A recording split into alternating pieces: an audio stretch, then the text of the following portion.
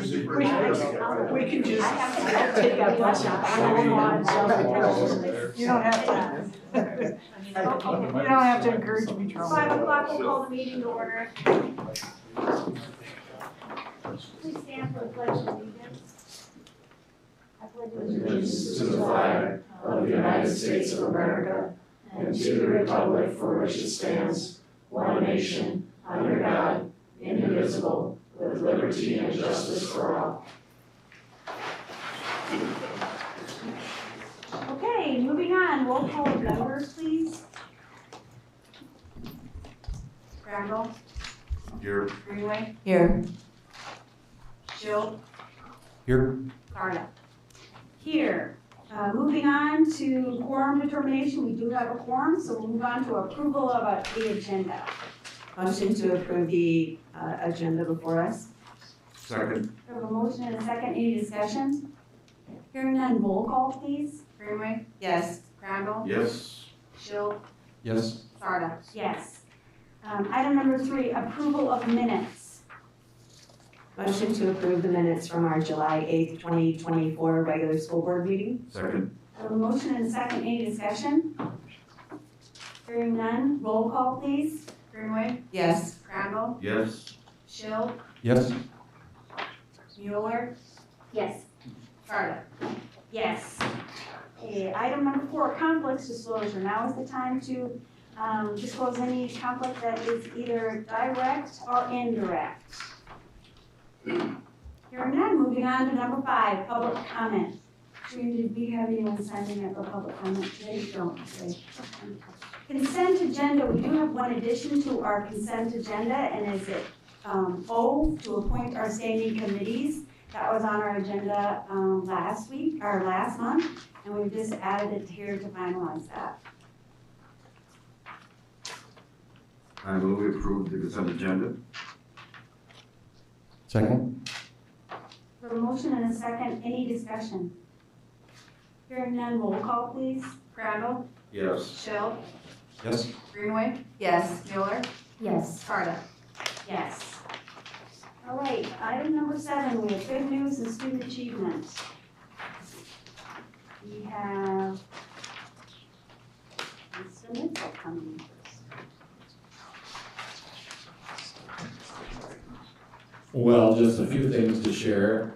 Today was back to school for our staff and teachers, and that just brings a new exciting buzz.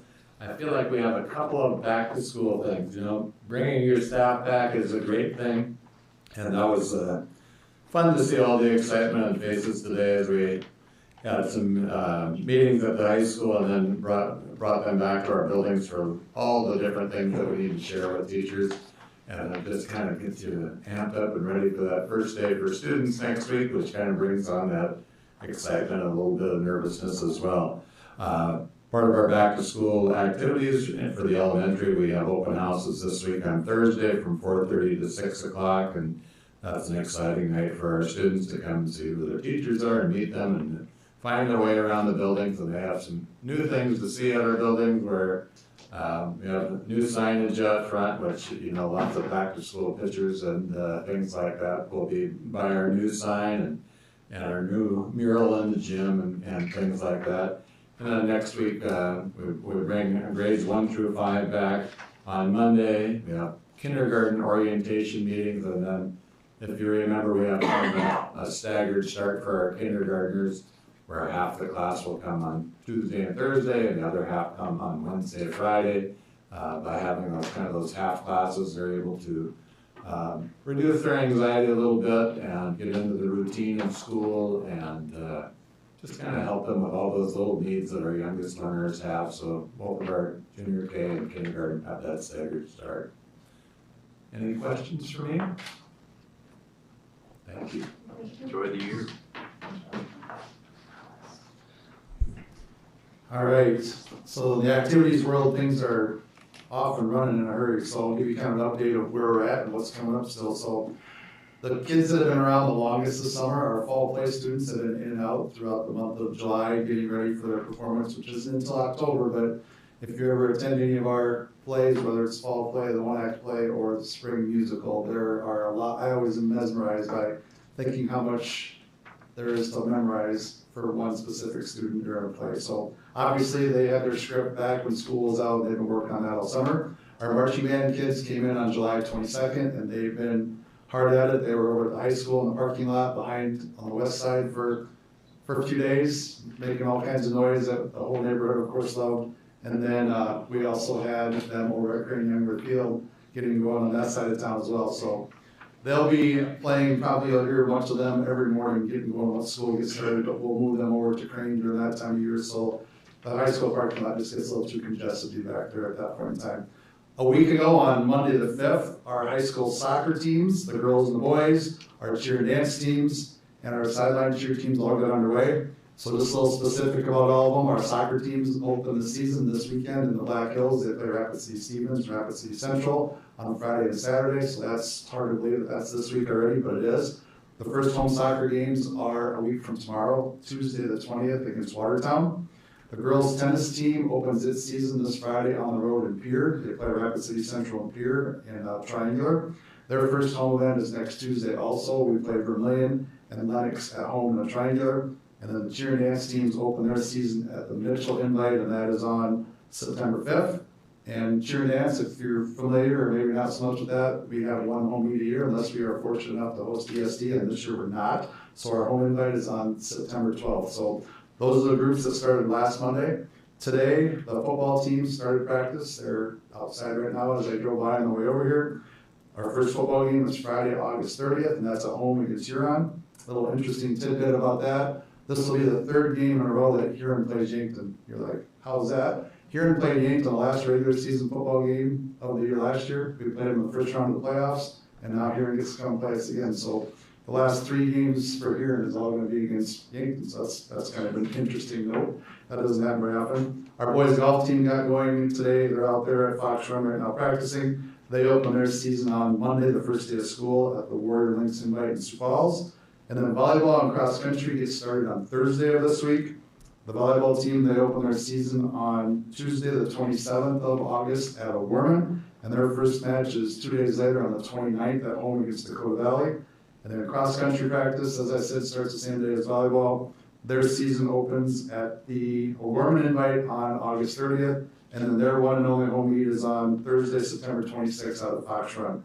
So that's everything that's going on with our high school sports and activities. They're all off and running. And then last but not least, the Yankton High School annual fall sports kickoff is this Thursday. The serving of food starts at 6 p.m. That'll be in the high school commons, but the food will be served actually out in the hallway.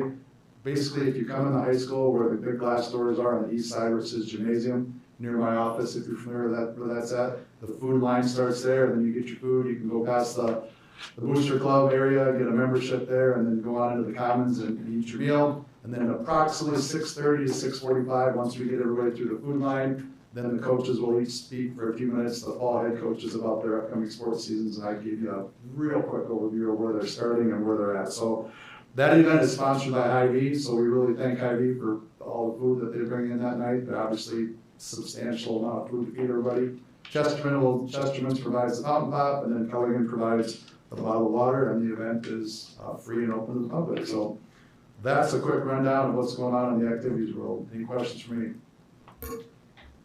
All right, thanks. Thank you. Mr. Bessie can talk about school safety. I love you guys. Thank you. Yes, thank you for having me back to talk a little bit more about school safety. It really is a continuation of what we had talked about the last time I was present with our Forward 2029 strategic planning. And just want to provide an update on some specifics that we're rolling out very soon, both to our staff and the community as a whole. As I mentioned last time, our current YSD safety policies and procedures are rooted in best practice. We have a good thing going, and when Officer Olson and a couple of administrators, including myself, was able to go up to, and I love you guys training. That's one of the things that we brought back, that we really have a lot of different pieces that are best practice, and that when they talk about percent of schools that do have this or that, most of those things we got in place. But the question is, how can we improve? Whatever we got going, how can we get better? And so that's really where this line of products comes from. And so I Love You Guys is an organization that was founded off of an unfortunate incident in Colorado. There was a hostage situation and a young lady passed away. Her final text to her parents was that I love you guys. And so her father and mother helped set up this organization a little over a decade ago, and it really has made making schools a safer place for students and staff and all community members a primary goal of their lives. And so these resources that we are using are available for the public on iloveyouguys.org, and they are all free. And so there's some real benefit there on that. As far as what we will talk about, standard response protocol is basically our operating procedures on how to handle a variety of events that could come up, and we'll talk details there. One of the primary pieces that we liked about this when we heard more about it was the simplified language that it can provide both for Yankton School District stakeholders as well as other community members that we interact with, law enforcement agencies like that, so we can have that common language in place. And then another important piece that we have in place, we have reunification procedures in place where we can connect students back with their families off school site if need be. But they put an emphasis on that, and there's some really good things that they have in place that will allow us to take a few further steps as we look forward to that. These are some of the things that you will see. So the 5 different steps are hold, secure, lockdown, evacuate, and shelter. And we'll get a little more detailed in each of those areas in a second. What someone might hear over the intercom, and of course, so part of the beauty of the simplified language is it covers some broad areas. I mean, it's intended to be that way, so there's a variety of different situations that can come your way, yet you can have a standard procedure that all people know how to respond to. And so here you can see some different things that might go overhead in a school. We're probably not going to have too much with the earthquake stuff. And tsunami used to be listed on here. We better not have one of those. But there's a lot of different things there as far as evacuate or shelter. That shelter used to be our action take cover, but we have it more all-encompassing into some things, so that's a change that was made. And we used to have some language in there about soft lockdown and lockdown, and that really was, in a couple ways, I think problematic for us. Sometimes soft lockdown took our minds to places that it didn't need to be because it wasn't quite that serious, yet we still need to have some of those procedures in place. And I think that was true for students, staff, and of course parents as well. And so I think this language will better fit the situations that arise in our school as we move forward. So let's take a look at each of these individually. So hold basically means stay in your classroom. We might have situations going on in the hallway, medical issue needing attention, something falls out of the ceiling 2 minutes before passing at the middle school and the area is just not passable. There's a variety of things that can come up that we want to say, let's just hold students in our classrooms for a little bit. And what does that mean for teachers? You close and lock the door. You take an accurate count of who is present. You may have a student that had been with you but ran to the bathroom, things of that nature. But basically inside the classroom, if we are in a hold situation, we're conducting business as usual. Teachers keep teaching. We can get a stretcher down the hallway and back out to get the attention to the students or staff that would need that and move forward that way. The next step up, and this is more if there's a concern outside, is secure the perimeter. Lock the outside doors, get everybody inside. That could maybe be recess students at the elementary level that we need to get inside in an orderly fashion and get secure. It could be students passing, between 17 and high school or back and forth there, where we got to get those inside. But you could have reports of a person in the area, dangerous animal, dogs running around the playground, warrants being served, things of that nature that we would need to make sure we don't have anybody outside. But inside of the building again, if we are secure and keeping that threat or perceived threat outside, we continue to teach and operate inside of the building. And it's case by case because, if you have a rabid dog or something on your front porch, you're probably not going to walk a student out to a parent, but you may have situations that it's not pressing right there on your doorstep, that we can still have some come and go as well. And so there's a little bit of fluidity to that can help us serve our students well, but yet keep them safe in a variety of different situations. Close and lock the door, take attendance, note the time, conduct business as usual, so kids can continue to learn. And then with secure, bring everyone indoors, lock outside doors, increase situational awareness, take attendance, and note the time. That could become important, and business as usual.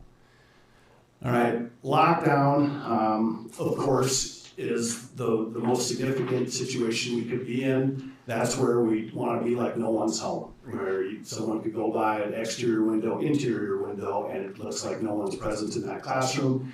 Could be something loose in the building, but this is the type of situation where we could have a specific threat that law enforcement deems credible to a specific building, so we want to lock down and secure that building and make sure as they work through that situation that we have the safety of those involved. But lockdown is pretty similar.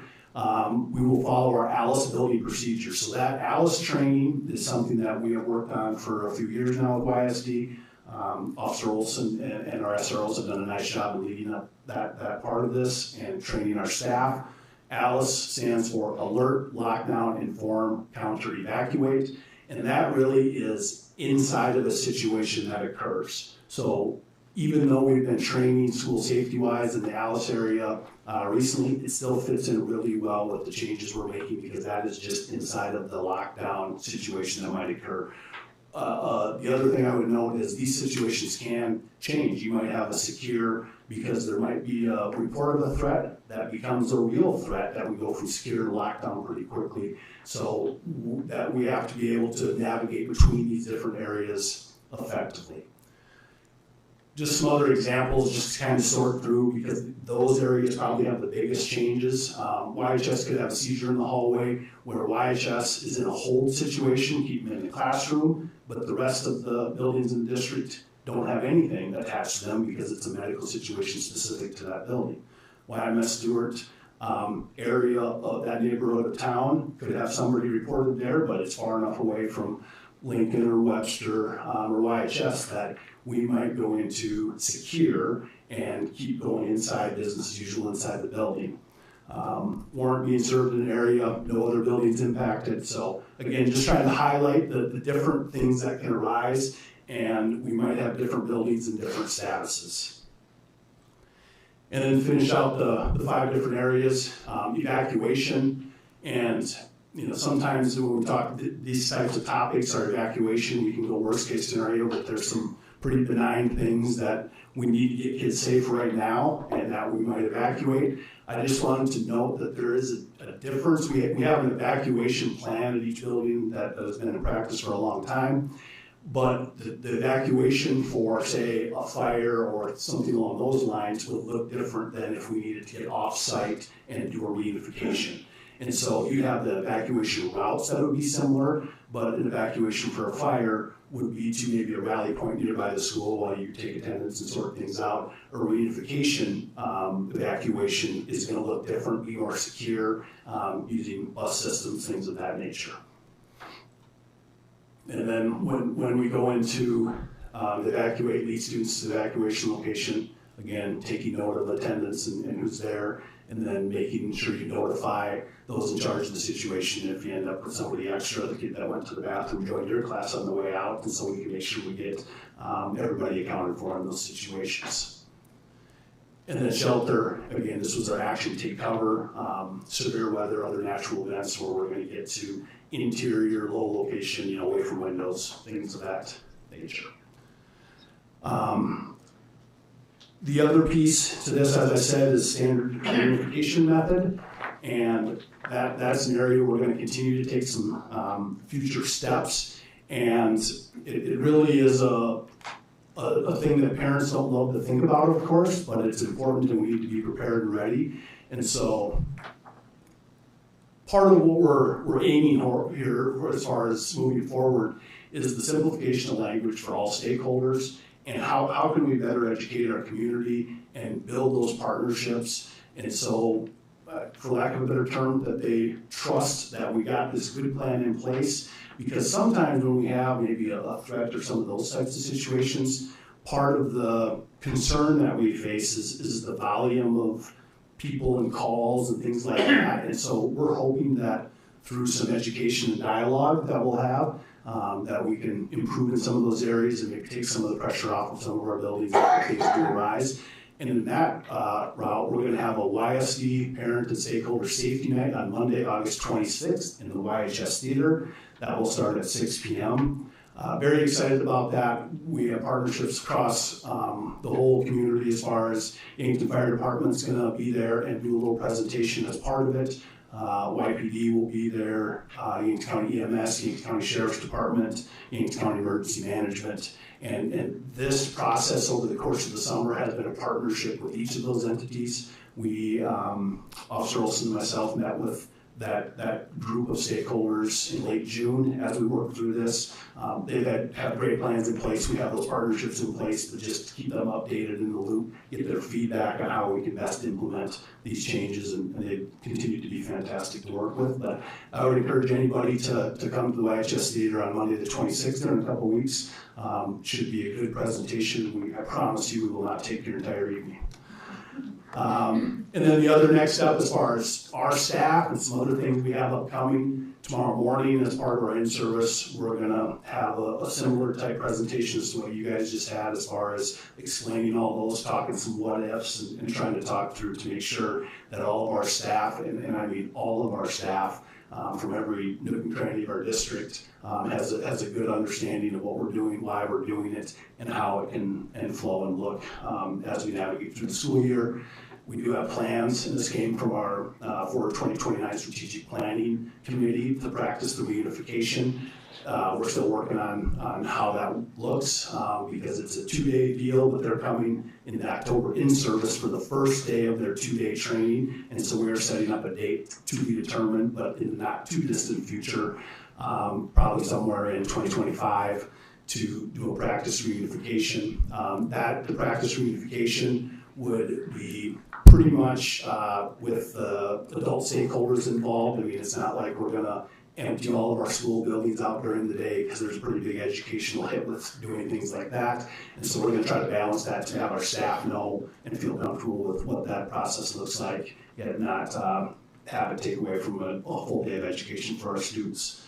The last thing I'd just like to highlight, when we went to that training in April and made the decision that this would be good for our district to go forward with, we did not know that our South Dakota Department of Public Safety and underneath the Department of Homeland Security, Brett Garland out there, they have decided as a state that we are going to I Love You Guys materials. And so we are optimistic that there will be more resources, trainings, things that we can partner with them at the state level. And really just a good thing as far as feeling like we're on the right track when the high ups say, yep, this is good for all the state students in our state, excuse me. With that, and I forgot, I had to get a picture of our students in there because that is what this is all about. Those smiling faces and keeping them smiling. So anyway, try to be pretty quick and dirty while being informational because I don't want to keep you all night, but I would love to entertain any questions. And Officer Olson would also love to entertain any questions you have as well. I do have a question for you. Do you see on the back of this packet that we have here that it talks about parents being notified or not notified during a secure, if the school goes into a secure situation? I know during some of the soft lockdowns, parents have been notified. Is there a specific protocol as to when parents would be notified? Because I know, like, just an example, with Beetle Elementary, there was a warrant being issued in the neighborhood. The school went on soft lockdown, parents were informed. Are there certain standards that would warrant a situation where parents do get informed versus not informed? I wouldn't say there's like a matrix where you hit this point and we have to. However, as I stated, the goal of this is to increase the understanding, communication, all of that. So as soon as we can get pertinent information to our parents of the affected building, we're going to get that out either at the building level or district level, because we're going to know in our community if a building gets closed off and you start to wonder what's going on. And the sooner we can answer that with being careful and protective of what information we share depending on the situation. But I'll give you an example. We might go into secure at Lincoln for 2.5 minutes because there's a dog on the playground, and we might not instantly get that out. You know, that might be a later in the day thing, which is different than police activity in the area. So there is a little bit of context dependency with that, but the direct answer is we want to communicate with parents as much as possible in that situation. Wonderful. I greatly appreciate all this information too. That's one thing I've always appreciated is knowing and feeling super confident that my children are safe in our schools. So, thank you. Jackie's question makes a good segue for a question I've got then. In that same vein, as far as parents contacted, got contacted, what role does cell phones play in a negative way to hinder a good organized evacuation, say, or lockdown? Because if students are using their cell phones, telling their parents something's going on, there are a lot of parents that show up, and I'm just kind of curious as to what kind of training you've got in regards to that, or if there's any kind of discussion regarding that. At our training that we went to up in Duluth with I Love You Guys, what they stated at that training is to the extent that you can, let's say you're in a lockdown and someone's safe there, but there's some concern in the community. They would recommend some sort of structured using the cell phones to communicate, I'm okay, Mom, I'll see you later type situation. They think it's an asset that we can leverage as far as helping parents know a little bit what's going on, because we might, and this kind of connects, like you said, it's a good segue, we might have a situation where admin, law enforcement, whatever, I mean, the situation's evolving, whatever, but we have some students that can maybe get some messages out that can help, back to what I said earlier about not having everybody coming down on your building, because I think that's one of the concerns you had said as far as you don't want everybody coming and peeling kids off. We're not so naive to think that that might not be possible, and especially the older kids that are a little bit more mobile. There might be some of that happens no matter how good we do it. But I think the more trust we can build, the more we can just have dialogue. And back to the cell phone thing, part of that can be effective communication. Of course, we don't always know for sure what they might type or whatever, so there's a little bit of trust and education that we have to do with our students as well with that. But I Love You Guys would tell you it's an asset to be utilized. So student cell phone use is an asset, I would say. That's what I Love You Guys told us at the training. And that's experiential. You've seen that happen in cases where there was a lockdown in the building. You saw positive thing that students have cell phones and those are used. That's been the best practice. That's what I Love You Guys would say, that they have had those experiences. To the contrary, what I would think.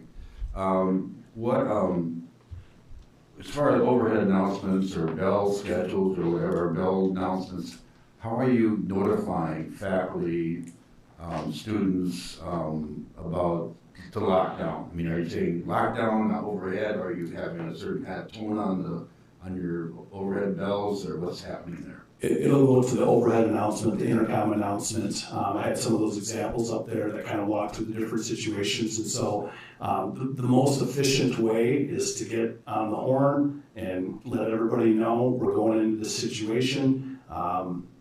Sometimes we talk about it's a drill when we run our drills. Sometimes you're not going to if it's not a drill, but that also can be, going back to our Alice training, that informed part in Alice training. Sometimes they talk about even using the overhead to communicate where a safe place is or isn't in the building in real time to help people get to a safe location. So most of that's going to come from the overhead, we are working at ways to best effectively communicate with maybe traveling staff or students that are coming back into a building. And I think there are some other pieces that we will be coming up that we can do that very, very well. So the overhead announcements don't alert and intruders say as to what's going on or where people should go and so forth?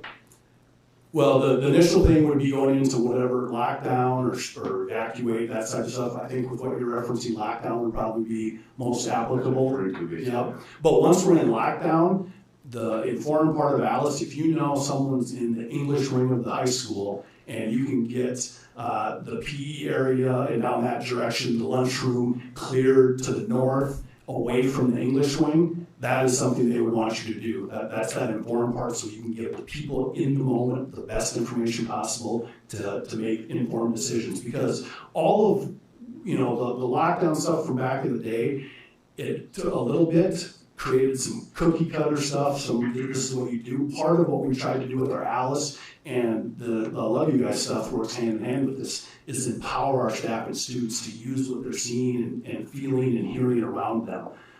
If you smell smoke, there's probably a fire, time to evacuate. And that's true of maybe seeing somebody that's a bad guy too.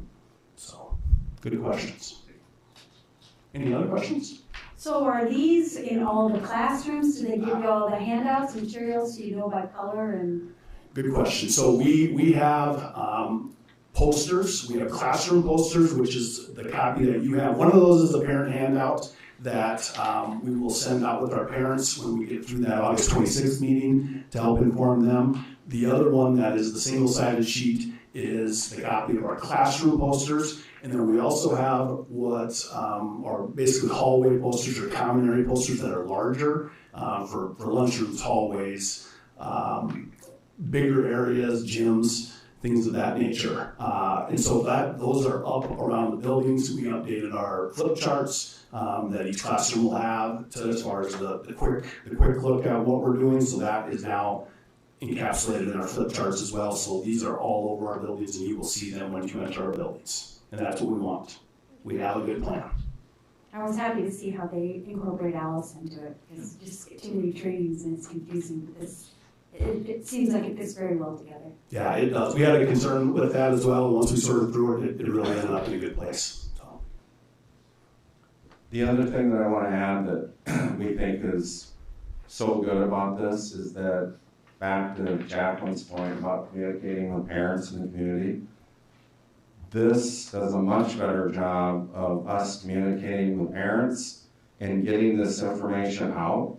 I think what we've done for many years is we've tried to have a book that was top secret and you didn't crack the cover until you needed to, and nobody should really know what's in there except for a few people. Now, lots of people are going to know how we do this, what we should be doing, and we think that that's just better communication. And again, it comes from data from law enforcement and FBI and people that have really studied this kind of stuff, including the cell phone use. I think, to Terry's point, I think there was a time that we all believed that the worst thing that could ever happen is that kids have cell phones during something like this and a communication device. And I think what they have found out is that you can use that to be very helpful and to get good messaging out to parents. Now, is that to say that something might get miscommunicated or misdirected? Absolutely, that can happen. But we're really convinced that we're on to something very good here, better than what we're doing, and if we can improve safety of kids and staff and save lives and do things better, then that's the direction that we want to head. Any other questions?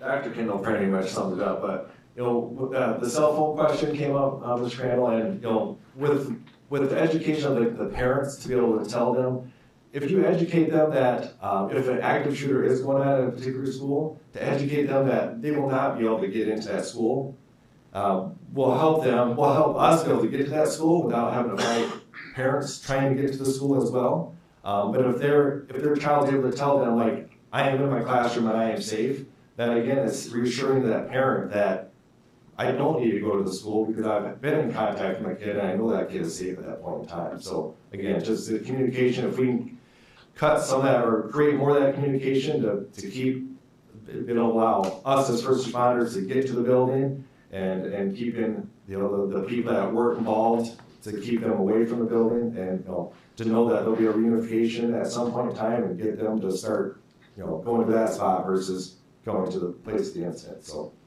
again, it's just more communication between the community and the public and the kids and the teachers. I think it's going to be great. So. All right, thank you very much. It's unfortunate that there's been data out there to tell us best practices on what to do in these situations, but appreciate you guys being proactive and all that. Okay, number 8, we'll have an update on our Trailhead Learning Center project. Oh, thanks. Just click it. Oh, there we go. Okay. Well, for those of you who don't know me, I'm Mark Sante with McGough, project manager on the Trailhead project. And then this is Brent, site superintendent. So we're just here to, oh, sorry. Everyone knows me. Yeah, you've been here more than I have. Apologies, guys. So. But yeah, here's kind of a quick agenda that we'll go through today.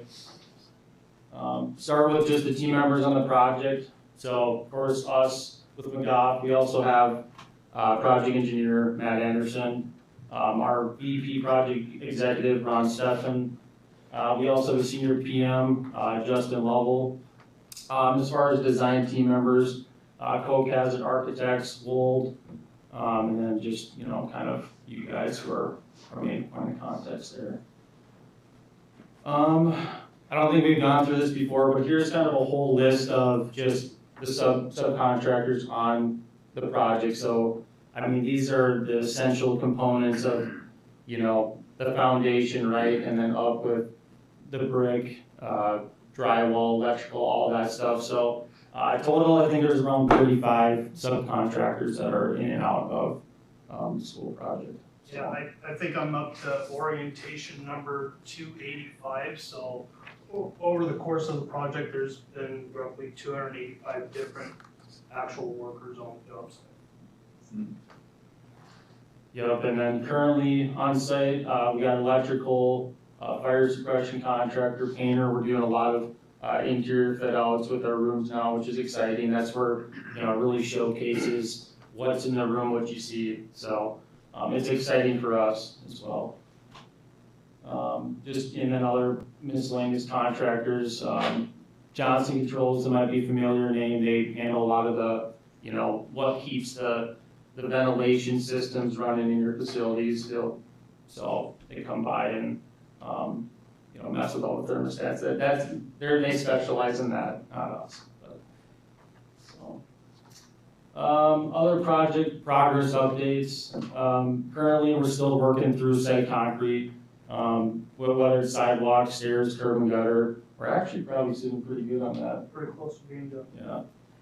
Other civil items, we have a lot of topsoil, so black dirt, get in laid up on top, so our landscape contractors can come in and do their seeding, planting, and that type of work. Like I was saying earlier, we have a lot of interior work, so painting going on, that continues. That'll be probably ongoing till, into October, just as we're kind of sequencing through all of our areas and whatnot.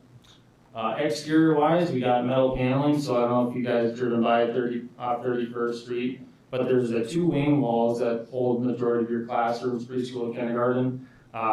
In between there's metal paneling, and that should be, they're done. They got a little bit of trim work to do, but that's what that material item is. And then inside another element, sheet rock, that's still ongoing as we're just continuing to put in mechanical, electrical items within the wall systems or above, what you see here, the ceiling, suspended ceiling. So, anything to add? Oh, you're doing great. Just to give high level kind of just update on photos. So what you see here, that'd be the building entrance. So that goes right into your cafeteria. Now what's missing right here yet is just the metal paneling. So above this storefront system will be metal paneling. But as you can see here, we got the precast gym wall and the brick facade system. Oh, great, I kind of forgot I had the picture, but here's the metal paneling right there. So that's what Yeah, that would be, this would be C wing and B wing. And also, you can see in between the windows and mullions, the different accent colors that you guys have chosen for your different classrooms and whatnot. So here to the left, this is actually some irrigation going in, so that started a couple weeks ago, and we're probably gonna hit the ground hard on that some more in the next couple weeks to finish that out, so our landscape contractor can get seeding and planting. Right here, this is just outside, you can see from 31st Street as well. This is just some chain link fencing that goes around some of the mechanical ice chiller units you see sitting around this mechanical pad. Going inside a little bit, here's your new elevator. So they've been working on that last 2-3 weeks. They're just about getting ready to start testing that. Probably middle of this week, I would say. Next week. Next week. Who writes the first test?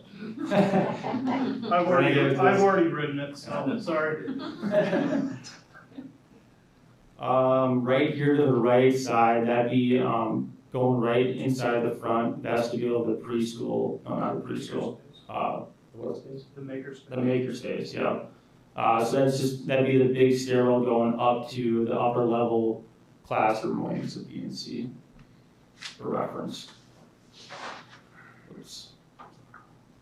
This is just more interior pictures, so right here, I think this one is, well, this is what you see like in B and C, each of those wings. You got this kind of unique teardrop cloud system, 2 of them within the corridors. And then this is the piano walls, isn't it?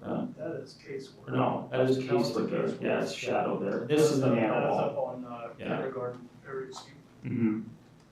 So yeah, this is the type of stuff that's above, like what you see here, this ceiling system is this piece of ductwork that's running across or standing across the corridor, which helps feed the air circulation. Casework installed here, suspended ceiling grid right here, getting installed. That's kind of ongoing. That's going to be another finish item that's going to be continuing on until September, October months.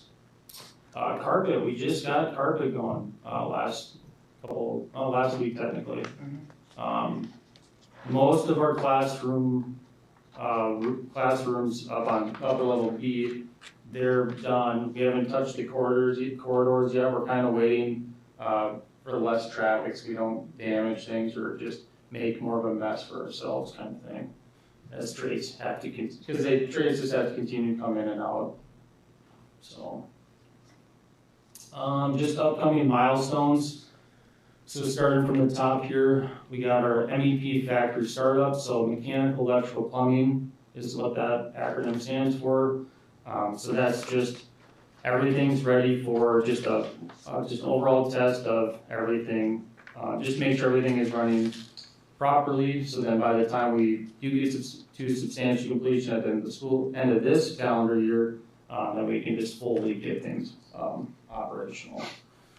Sheetrock taping, that's something that I foresee wrapping up probably close to the end of this month, potentially, but we'll see.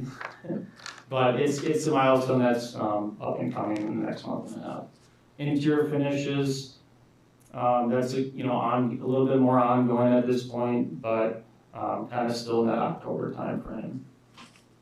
Metal paneling, that continues, as you've seen, kind of coming along 31st Street as explained before, but there's also some other areas outside of that that are up by the building entrance and then up kind of on the high roof areas. Asphalt in September, so we'll have asphalt all the way complete in September, and then site concrete probably at that same time as well. And then this is the contact.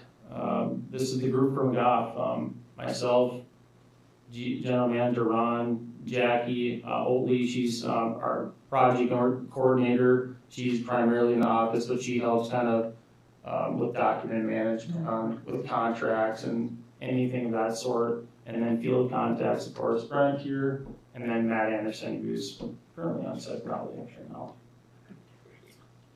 I think that's it. Any questions? And talking to old guys, you guys are, have a lot of experience building schools and stuff, and so I'm sure you built a couple of them at least. Mm-hmm. You ever built one like this before?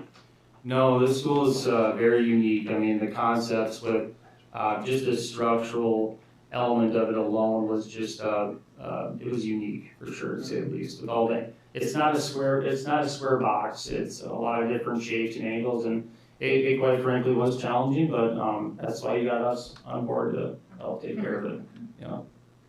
So yeah, hopefully those kids are smiling just as big next time this year as they were in that picture of yours. So. And it's hard to believe, but our open house is coming up. When I say coming up, it's not exactly tomorrow, but our Kindle, what are our dates again for the open house? Yeah, it's April, is it the 28th or 25th now? Do you have that? Maybe it's neither one of those. Anyway, it's April. It's in April, pardon me. Friday the 25th. Is that the backup or? Or was it Thursday? 24th. Thursday the 24th. It's the 24th, it's Thursday. Backup is the following Monday. Mondays. All right, it's pretty exciting. Exciting. Yeah. Thank you for your work. No problem. Thanks, guys. Okay, moving on to our policy section. We do have a few policies to go over.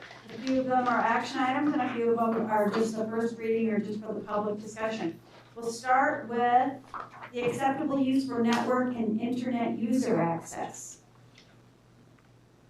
This is the second reading of this one, and this is just updating the policy to comply with some statutory changes.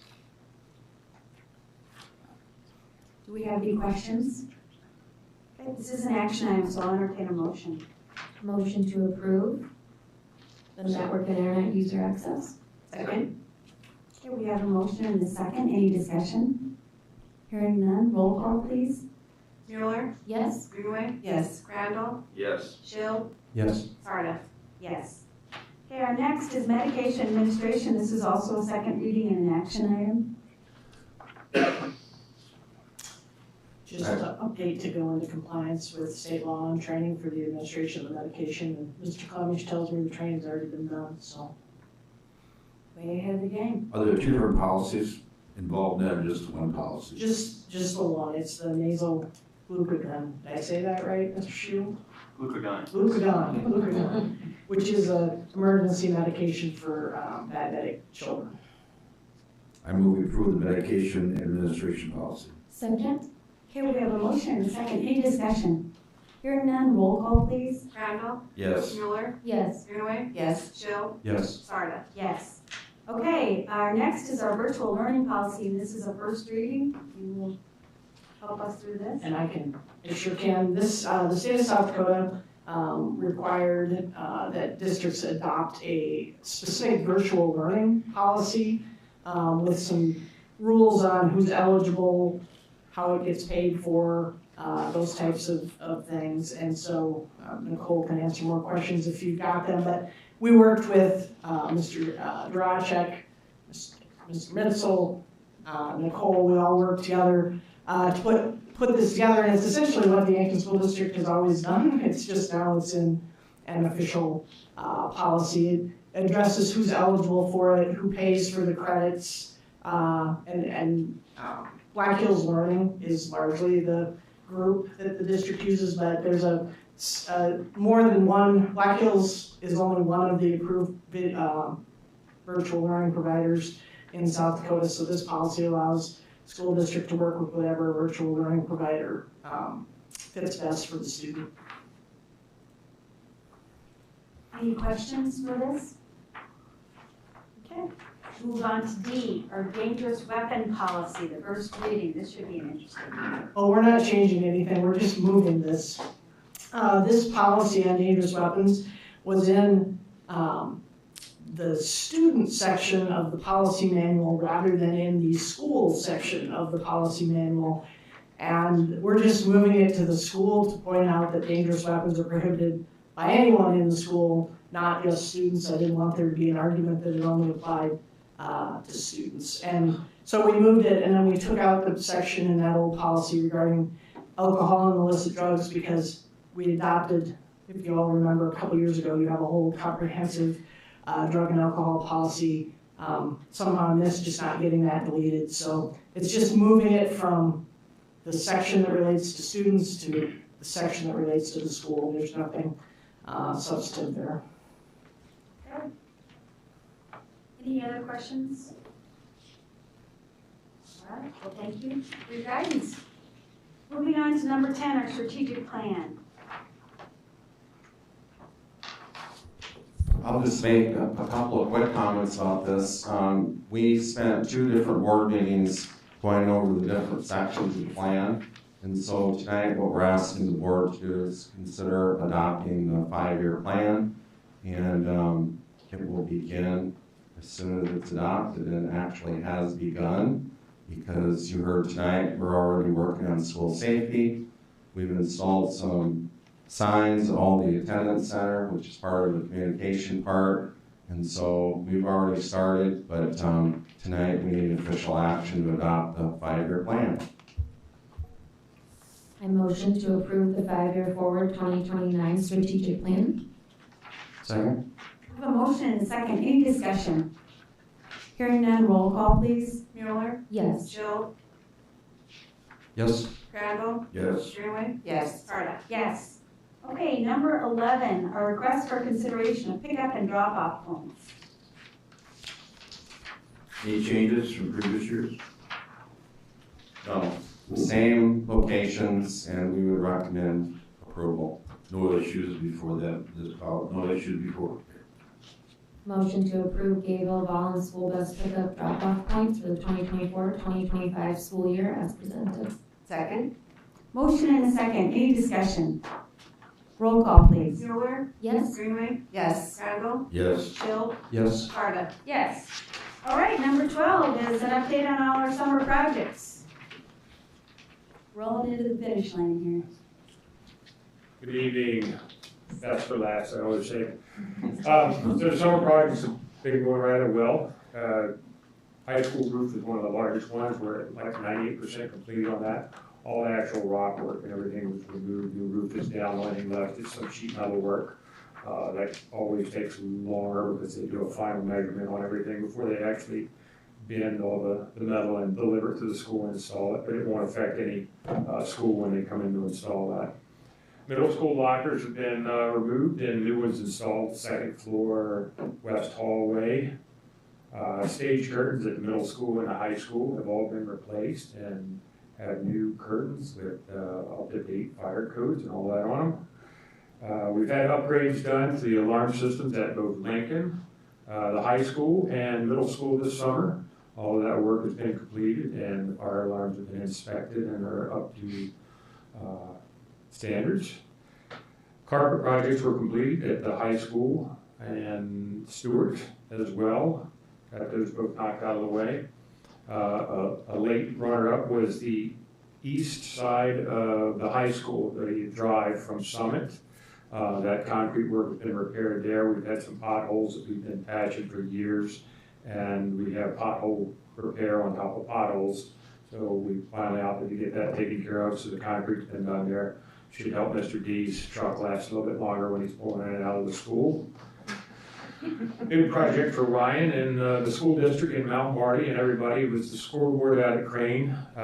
That's been completed, and the guys worked really hard on it, and that was through mutual efforts of both the high school maintenance department, the IT department with getting it actually up and running. Mount Marty staff assisted with that, as well as outside contractors with getting the electrical work done and having that put into place. So we now have a 25-foot wide by 12-foot high digital screen that'll be up and running out there this year. It was on a few hours ago doing tests when I was out there, as well as a 32-foot long by 4-foot high scoreboard. And then the actual field time clocks have both been replaced and updated too. So the entire system matches and will work well together out there. Each school, as you've heard, each of the schools have got their new digital marquee signs. We have 3 of the 5 up and running. The other 2 are all wired and ready to go on our side. We're just waiting for Northwest Energy to bore lines in under the roadway and run new power lines to the meters at each of those locations. That'd be for the middle school and the high school. That should take place within the next week or so. We're hoping it's actually running by first day of school. They have had locates done, so you see all the flags out there, they've called in and had locates done. So they must have it on their schedule to get to it as soon as possible. At Beetle Elementary, we had some cracked roof drains due to freezing over the years on the west side of the building. It stays in the shade most of the day. And we had a company come in and they've been relined and sealed, so we don't have any water leaking into the library of Beetle any longer. All the wood gym floors have been refurnished and refurbished. We had a new company do it this year, and I don't know how Ryan feels, but I am absolutely pleased with it because it looks better than it has since I've taken the job. The guy did an excellent job, and I'm very pleased with the company that was there. And last, our regular deep cleaning of Crane was done this year to stay with our regular maintenance program out there to get that done once a year. That's pretty much it. Any questions? You got anything on the list that didn't get done? Few small things. Still working on them. They will get done, but there's some things that got pushed back because of ordering.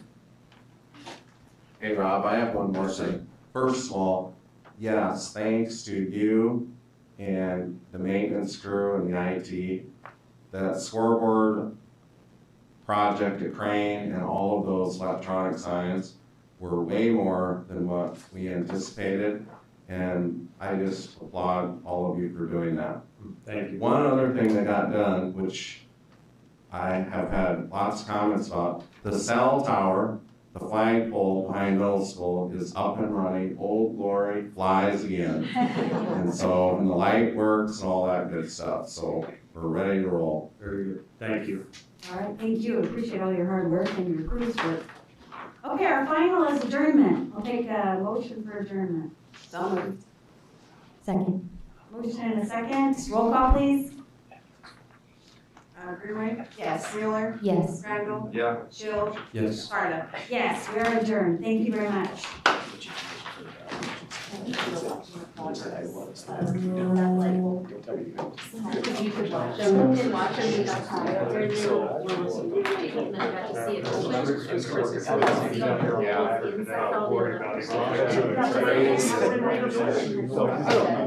they